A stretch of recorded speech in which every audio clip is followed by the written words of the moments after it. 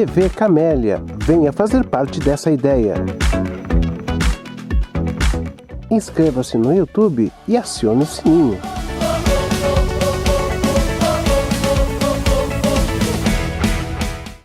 Decodificando o Mundo, Interdisciplinaridade, né?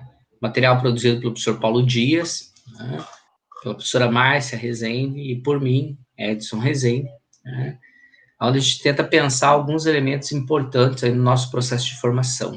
Então, a ideia é de que, assim, quando a gente pensa num processo de diálogo, de que o conhecimento ele é produzido e se relaciona uma área do conhecimento com a outra, a gente pensa que essas áreas, elas têm um estatuto próprio, quer dizer, uma epistemologia, nós dizemos que tem uma forma de produzir o conhecimento, tem um método próprio, e quando elas trabalham, quer dizer, quando elas existem, eu posso estabelecer um diálogo entre elas, e isso é o que a gente está colocando aqui.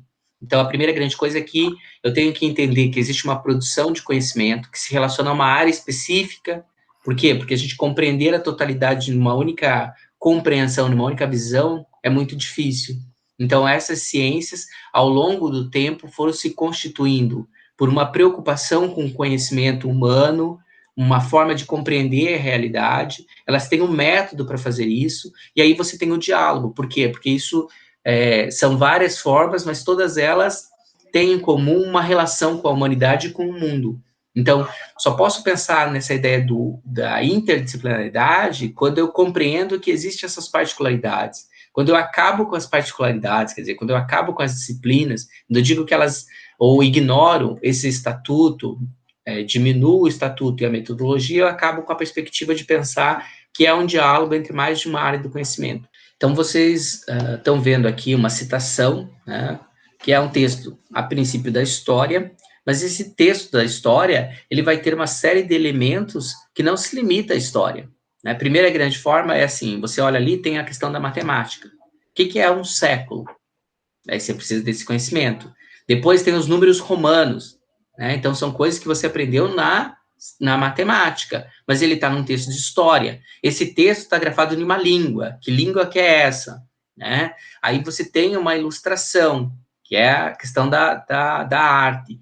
Né? A gente consegue ver que tem toda uma representação da arte, e aí a gente tem que pensar nas cores, nos objetos, nas formas, percebe que tudo isso está ligado a uma perspectiva artística. Então, vamos lá, o texto da história, já viu que tem a matemática, que está a arte aí presente, né? A gente vai avançando, e a gente vai ver que tem ali, a redação está feita em que língua? Está na língua portuguesa, né? Eu poderia, por exemplo, ter um vídeo aí, em Libras, por exemplo, está utilizando uma outra língua. Não, o texto está produzido e está escrito em língua portuguesa. O SingWrite também, né, que é uma forma de grafia da língua brasileira de sinais, né, ou das línguas de sinais, você fala, não, aí está em português. Portanto, tem aí uma relação. A gente já está vendo pelo menos 4 áreas do conhecimento dialogando nessa produção. Você tem um aspecto social, né, da sociologia presente no texto. Então, vamos lá, quais são os povos que estão ali, como que é essa relação social. Então, veja, não é uma coisa que eu falo assim, só português, só matemática, só história, só sociologia, não. Quando eu vou pegar um texto da história, eu vejo que ela está dialogando com várias áreas do conhecimento. No nosso caso aqui, com a sociologia, por exemplo.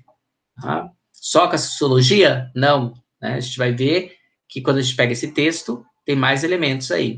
Né? Você tem uma questão do cinema, né? Então você fala bem assim, quando você pega o cinema, você tem ali uma ideia de toda uma perspectiva da arte, né? Do enquadramento, né? Da fotografia. Então fala assim, são vários elementos que estão presentes nesse debate. Aí você fala bem assim, mas essa produção cinematográfica, ela se baseou no quê? Num elemento da história. Né? Então você fala bem assim, o cinema que está dialogando com outras perspectivas, né? Você tem o uso da língua, poderia ser inglesa, português, ou outras áreas do conhecimento. Então, você vai começar a olhar, né? Por exemplo, você pega lá os 300, você fala, opa, 300, matemática, né? Contra um grupo muito maior, que é os persas. Aí você fala assim, puxa vida, olha a quantidade. Então, você está trabalhando com quantidade, você está trabalhando com a matemática, né? Você tem uma forma de propaganda. Então, você tem uma publicidade que é escrita, né?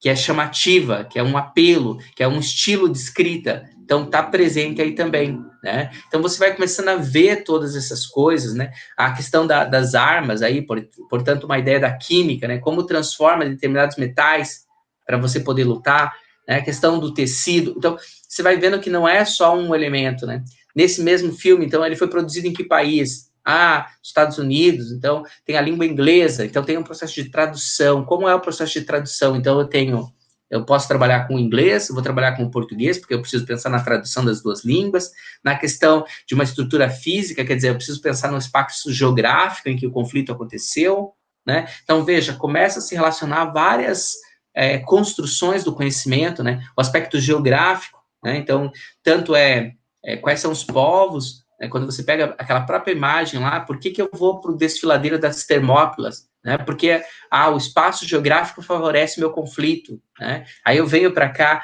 eu pego um mapa, aí você fala bem assim, puxa, aqui eu começo a ver uma série de elementos, né? As setas indicam posições, indicam movimentos, aí é a navegação que eu estou trabalhando, então como essas navegações, como essas rotas aconteceram, e aí eu vou vendo os continentes, né? A forma de povoamento do continente, então tem uma série de elementos, aí eu poderia trabalhar também o aspecto da ciência, da própria biologia, da onde os povos surgiram e para onde eles vieram, né?